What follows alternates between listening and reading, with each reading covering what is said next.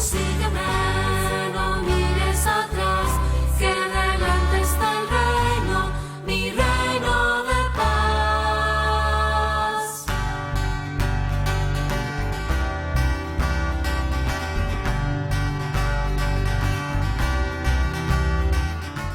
Bienvenidos a Pax Televisión, bienvenido a Ven y Verás. Hoy tenemos un invitado muy especial. Te quiero pedir que él mismo se presente y que nos cuente a qué se dedica actualmente, en qué lugar de la viña del Señor lo puso para trabajar. Bienvenido, padre. Un saludo muy cordial, encantado de estar con ustedes y compartir este programa. Y bueno, mi nombre es Julio Alonso Ampuero, soy sacerdote diocesano de la diócesis de Toledo, en España, y colaboro, llevan 10 años acá en la diócesis de Lurín, Lima Sur. Hasta ahora, digo hasta ahora porque justo he terminado esa tarea recientemente, he sido formador, director espiritual, profesor del seminario diocesano. Esa tarea ya se ha cumplido, se ha terminado. Y la otra tarea en la que venía también trabajando estos años es la que voy a continuar, si Dios quiere, de aquí en adelante. Es sobre todo el estar al frente de una casa de retiro, la casa de retiro Sagrada Familia, aquí de Lurín, en la que se acogen grupos de personas, se organizan también desde la casa retiros de todo tipo.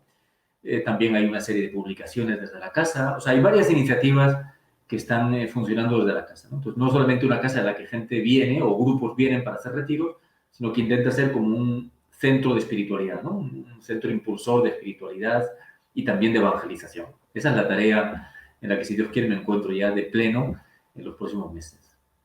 Qué bueno, padre. Me alegra mucho. Es una tarea bellísima la que usted va a tener. Va a ser entonces un manantial de vida espiritual para la diócesis de Lurín, para Lima y para todo el mundo, por supuesto.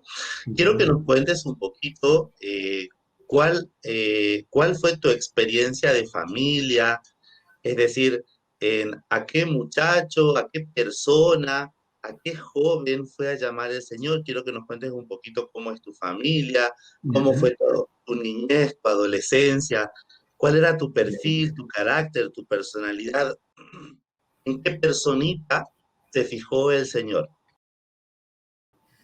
Bien, bueno, mi familia es una familia católica, una familia muy sencilla, sin mucha formación, ¿no? Ni humana ni cristiana. En el caso de mi papá sí había hecho algunos estudios, mi mamá no. Y en el plano cristiano no habían tenido tampoco posibilidad de mucha formación, de muchos conocimientos. De pequeño vivíamos en un pueblito, un pueblo de unos 1000 habitantes.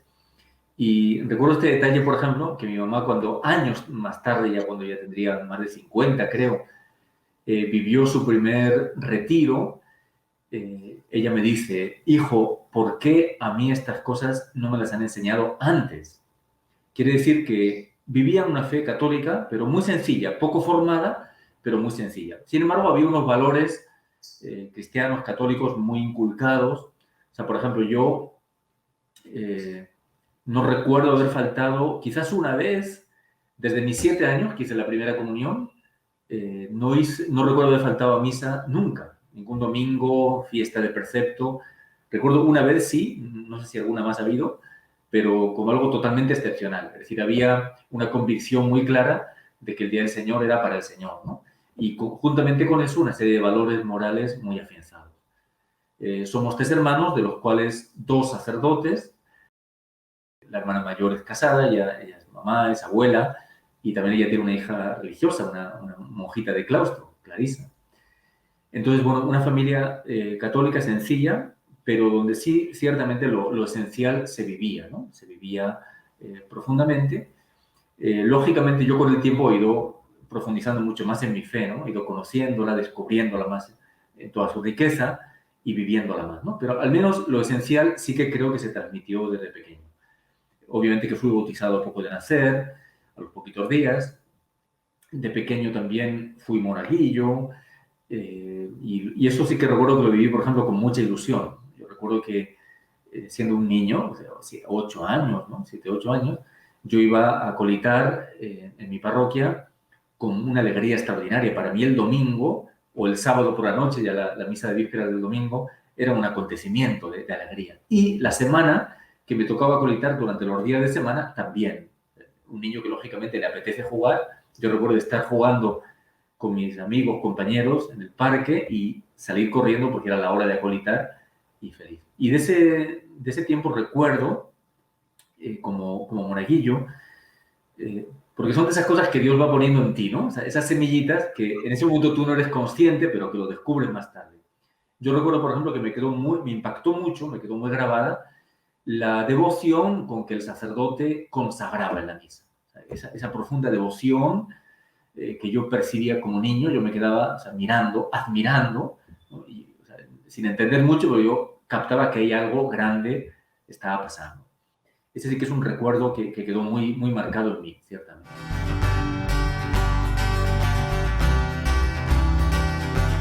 Sí, claro, travieso también era, ¿no? Lo cual te llevaba a veces a recibir algún castigo de casa, ¿no? Mi padre era muy, muy recto, entonces cuando había, bueno, jugamos con mi hermano, por ejemplo, jugamos fútbol, bueno, pelota, en el patio de la casa, ¿no? Entonces, ¿qué ocurría? Con frecuencia, alguna maceta, algún geranio se rompía, ¿no? Entonces, nosotros con mucha habilidad lo girábamos, ¿no? Para que las pelotas no se vieran. Pero nuestra madre inevitablemente terminaba descubriendo, ¿no? Nos inventábamos, habremos visto, no sé, en algún lugar, recién empezaba en ese tiempo la televisión, en el pueblo había, no sé, 5 o 6 televisiones para todo el pueblo, ¿no? Pero habremos visto en algún lugar lo que era el hockey, entonces nosotros sí aprendimos a jugar hockey, cada uno una escoba, una pelota de plástico y a jugar hockey, ¿no? Había inventiva, creatividad, ¿no? Nos inventábamos los juegos a la manera de divertirnos.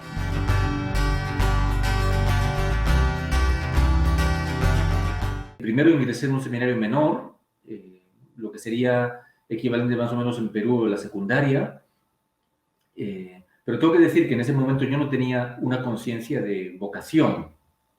Fui a un seminario menor porque prácticamente funcionaba como colegio, ¿no? Una especie de colegio internado, y sí había una educación católica, pero era el objetivo, creo que tanto de mis papás como mío, era fundamentalmente de estudio, ¿no? Entonces estuve en ese seminario menor. Lógicamente que ahí también fui aprendiendo muchas cosas. Al final, cuando ya terminaba y era el momento de tomar una decisión o empezar una carrera o seguir ya en el seminario mayor, ese es donde ya el último año empecé a plantearme seriamente mi vocación, mi futuro. Yo me atraían 2 carreras, que eran una el periodismo precisamente y otra psicología. Eran las 2 carreras que me gustaban. Y bueno, finalmente opté por seguir, pasar al seminario mayor, pero tengo que confesar que en ese momento yo no tenía ni mucho menos una certeza de que esa era mi vocación. Me parecía que sí, que había signos, o podía haber signos, pero no tenía certeza. Decidí pasar y en el camino ir viendo. Bueno, lo que digo de estas 2 carreras que me gustaban, hay una cosa que quisiera añadir, porque viéndolo también con perspectiva, a mí me gusta comentarlo, es la siguiente. Yo no estudié periodismo, pero digo esto por una cosa muy sencilla, que es muy importante, y es como Dios ¿cómo decirlo? No anula las cosas que Él mismo pone en ti, ¿no? No anula. Entonces yo tenía deseo, me gustaba ser periodista. Evidentemente no lo soy. Bueno, aparte de que después, en varias ocasiones, bueno, he colaborado en una revista diocesana, escribiendo semanalmente, después en una radio diocesana también, con un programa semanal, etc. Pero no voy a eso. Voy a él como el deseo de ser periodista. Veo que no quedó frustrado, en cuanto que, como sacerdote, se me ha concedido anunciar la buena noticia, ¿no? Ese es el mejor periodismo, creo, ¿no? Y en cuanto a la psicología, igual, algo parecido, ¿no? Evidentemente no soy psicólogo, nunca estudié psicología, pero lo que en el fondo a mí me movía o me atraía en ese tiempo, que era ayudar a las personas, pues creo que no ha quedado tampoco frustrado. Eso se realiza de una manera incluso más plena como sacerdote, ¿no? En un nivel incluso más profundo. Bien, entonces, llegado ese momento, yo ya pasé al seminario mayor y, bueno, todavía, como digo, sin una experiencia lo que tú dices de experiencia fundante, Sí, había una cierta vida de oración, pero todavía yo creo bastante superficial. Ya fue en el seminario mayor donde comencé con un director espiritual, un padre espiritual, que recién había regresado a la diócesis un año antes. ¿Y por qué lo elegí a él? Porque tenía fama de santo. Y particularmente un sacerdote que acaba de llegar a mi parroquia, en ordenado, se había formado con él y yo pensé, me gustaría ser como este sacerdote. Y para ese tiempo ya vivíamos en la ciudad y yo pensé, este sacerdote me gusta cómo trabaja con los jóvenes, cómo visita a los ancianos, los enfermos, cómo confiesa, cómo predica. Y yo pensé, me gustaría ser así. Y si a él le ha ayudado este padre espiritual que tenía fama de santidad, yo me apunto con él, ¿no? Entonces empecé con el padre José Rivera Ramírez y ahí me ayudó enormemente, ¿no? A ir teniendo una experiencia de Dios, un conocimiento de Dios, una vida de oración, etc. Desde antes de formarte aún, en mi mente te tenía ya tenía asignado para ti un llamado. Una Navidad, los días de Navidad, leyendo un libro sobre la llamada a la santidad. Ahí el Señor me tocó y ahí empecé a plantearme seriamente, no solamente el seguir en el seminario, o ser sacerdote, sino el buscar la santidad. Y a los 2 años, creo, fue también unos ejercicios espirituales de una semana. Ahí sí que el Señor esos ejercicios sí que fueron ciertamente fundantes, ¿no? El Señor me tocó profundamente experimentando lo que es el amor de Dios, lo que significa que Dios es Padre. Claro, yo lo había escuchado desde pequeño, que Dios es Padre, pero bueno, me pareció un título bonito, pero nada más, ¿no? Pero experimentarlo eso en tu corazón, experimentarte amado por Dios, saberte hijo de Dios, etc. Bueno, yo en ese retiro lloré y lloré de alegría, de gratitud, también de arrepentimiento de no haberlo entendido o vivido eso antes, ¿no? Eso podía ser como experiencia fundante, creo. Qué bueno, qué bonito esto que nos comenta el padre con respecto al tema de que Dios no frustra nuestros proyectos, ¿no? Porque a veces uno piensa que en algún momento seguir a Dios significa frustrar nuestros proyectos o frustrar nuestro futuro o frustrar nuestra vida. No, Él resignifica nuestro proyecto, es decir, que va uniendo el proyecto de Él a nuestro proyecto. Entonces es algo muy interesante de la vocación para que nosotros nunca tengamos miedo de entregarle la vida al Señor. No es Sí, que Él nos arrebata nuestra vida o es que se apodera totalmente y es como que nosotros quedamos en la nada. No, al contrario, Él eleva lo que nosotros somos y Él resignifica nuestros proyectos. Eso es una experiencia maravillosa que nos comparte el Padre.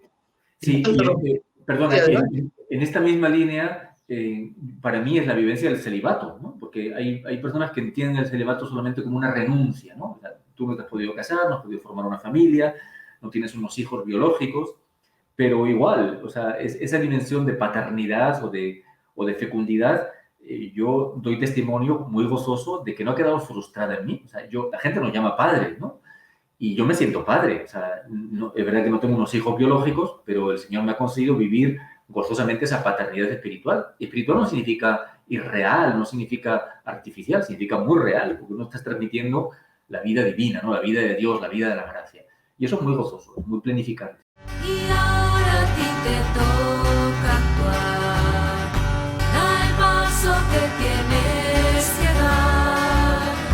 Deja todo, toma tu cruz y sígueme, ven y sígueme.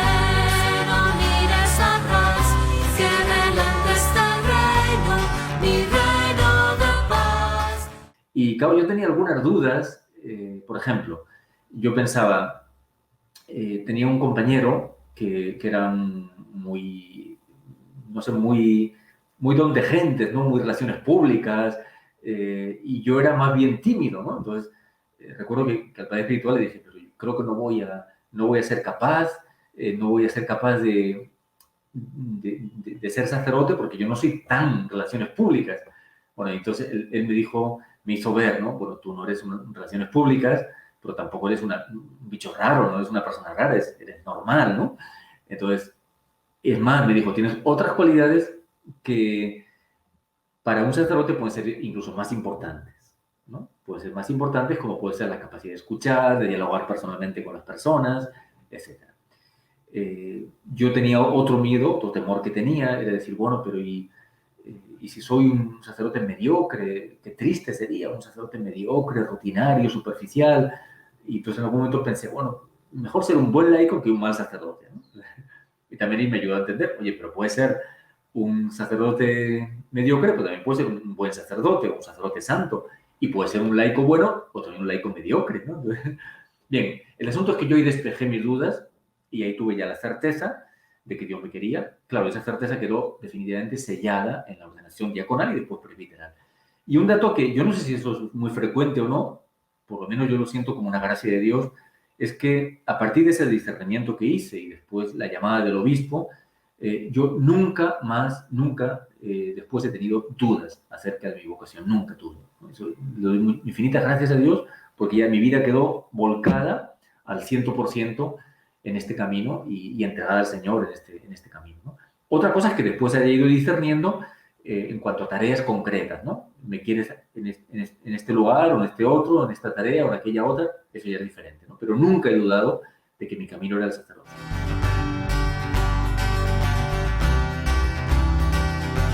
En algún momento conocí grupos, por ejemplo, el movimiento de los focolares, ¿no? que en España en ese tiempo estaba muy extendido, o más tarde también Renovación Carismática, diferentes realidades, movimiento de cursillo de cristiandad, a nivel de movimientos.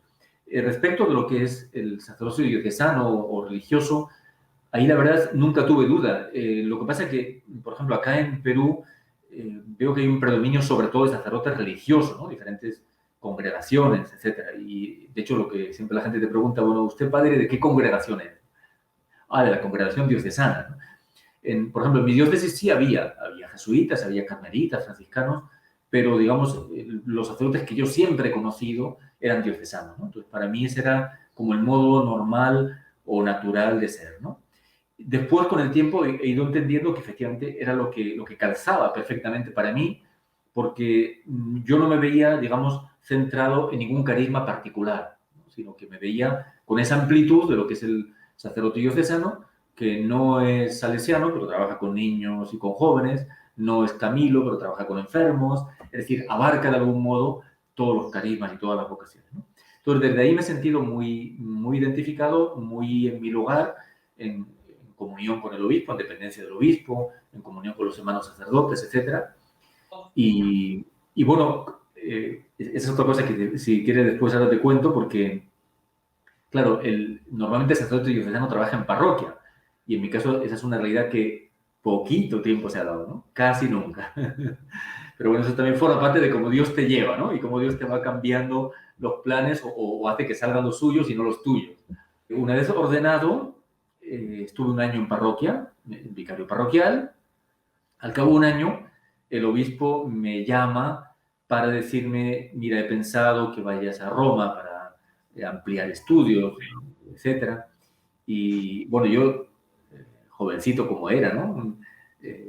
Tendría 24, 25 años, ¿no? Por ahí.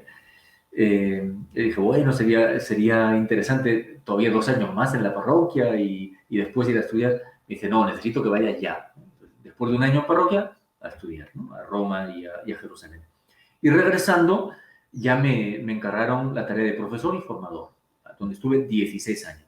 De ahí salí del seminario como formador, estuve como párroco, aunque seguía siendo profesor, y ya cuando vine para acá a Perú, de nuevo formador, más bien director espiritual, pero de nuevo formador y profesor también, ¿no? Entonces, hasta ahora ya prácticamente que termino también esa tarea, pero toda la mayor parte de mi vida no ha sido en parroquia propiamente, ¿no? Sino otras tareas diferentes.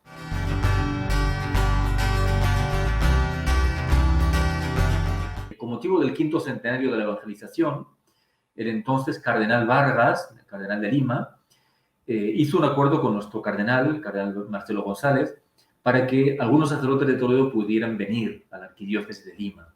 Y se hizo, llegaron un grupo de 3 sacerdotes que eligieron, en ese entonces, él les mostró unas posibilidades y eligieron ellos venir a Villa El Salvador. Entonces ahí empezó lo que hemos llamado después misión diocesana. formaron una parroquia, después empezaron una segunda parroquia, después una tercera parroquia. En algún momento han sido hasta 9. Entonces, eso ha hecho que haya un vínculo de Toledo con Lima. Cuando después Lima se divide en las diócesis sufragáneas, ellos estaban en el sur, quedan adjudicados en la diócesis de Lurín, Lima Sur, ¿no? Bien, entonces haya habido un contacto muy fuerte. Yo durante 8 años, creo, o algo más, estando todavía en España, fui delegado diocesano de misiones, entonces también era un poco responsable de todo este contacto con los misioneros.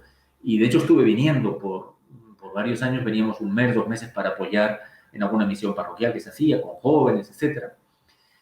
Y entonces, claro, conocía, ¿no? Conocía el lugar, conocía a las personas, conocía bastante. Entonces, decía, mi hermano fue uno de los que estuvo en algún momento en parroquia y regresó de nuevo a España. Y, bueno, hubo un momento en que, bueno, el actual obispo, Monseñor Carlos García, le pidió a él para iniciar el seminario diocesano. Hasta ese entonces los seminaristas de aquí, bueno, había un preseminario que se formaban y después iban a estudiar a Trujillo o a otros lugares. Entonces le pidió iniciar el seminario y empezó, se lanzó, pero no había un director espiritual, ¿no? Estaban con cierta precariedad. Había algún otro sacerdote que desde fuera ayudaban con la confesión y dirección espiritual externa, una tarde en semana, etc. Y entonces a los seminaristas de Lurín se les ocurrió una genialidad. Le dijeron al rector: padre, nosotros no tenemos un director espiritual en la casa. ¿Qué le parece si hacemos una vigilia semanal de adoración para pedir al Señor que nos mande un director espiritual? Así hicieron. Y aquí estoy yo. Es decir, tengo que decir, o sea, que yo como sacerdote joven me estuve abierto, ¿no?, a la dimensión misionera y lo tenía en el corazón. Y por 2 veces me ofrecí al obispo, 2 obispos diferentes, ¿no? Me ofrecí para salir a misiones. Y en los 2 casos me dijeron: no, te necesito. ¿No? Muy bien. Entonces yo ya daba por hecho de que mi vida iba a continuar, iba a terminar en mi diócesis de Toledo, en España. Y bueno, en ese momento yo ya tenía cierta edad, ¿no? Ya, normalmente uno sale cuando es joven, ya cuando vas teniendo cierta edad, pues ya parece que tiendes a estabilizarte. Bueno, pues debió ser la oración de los seminaristas la que suscitó de nuevo en mí esa disponibilidad y dije, bueno, pues aquí estoy, ¿no? Entonces lo planteé a mi obispo de allá en España, y me dijo: adelante, puedes ir.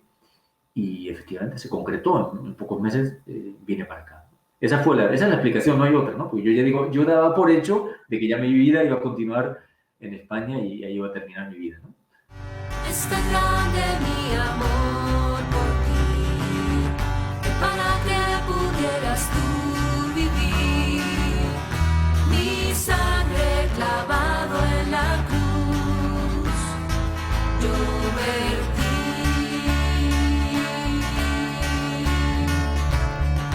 Ahora esta es tu decisión, tú sabes lo que para ti es mejor.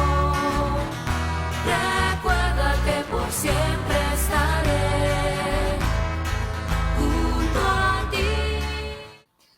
Nosotros pasamos ahora una situación difícil, indudablemente, muchas personas están muriendo, pero el creyente siempre lo vive desde la fe en un Dios providente. Estamos en sus manos. Si Dios nos llama a Él a través de esta enfermedad, de esta epidemia, pues será que nos ha llegado nuestro momento, hay que estar preparados. Y si Dios quiere que sigamos aquí, pues igual, Él es dueño de la vida y Él sabe cuánto. No hay que tener miedo a la enfermedad, no hay que tener miedo tampoco a la muerte. Nuestro Dios es un Dios de vida y para un creyente la muerte no es un final. San Pablo dice: para mí la vida es Cristo y el morir una ganancia. ¿Por qué una ganancia? Porque el morir supone ir a estar con Jesús, ir a estar con Cristo y disfrutar de Él. Entonces yo sí que, de mi parte, sí que les animo a que asuman estos retos, como siempre, desde la fe, desde la confianza en Dios, ¿no? No hay nada que nos pueda tumbar si nosotros estamos bien aferrados, bien afianzados en el Señor. Entonces, es el momento de la confianza y, por tanto, si es el momento de la confianza, es también el momento del crecimiento. Las dificultades que Dios permite son para nuestro crecimiento espiritual, para nuestro fortalecimiento, para nuestra unión con Él y para que progresemos en las virtudes y en todo lo positivo de nuestra propia vida.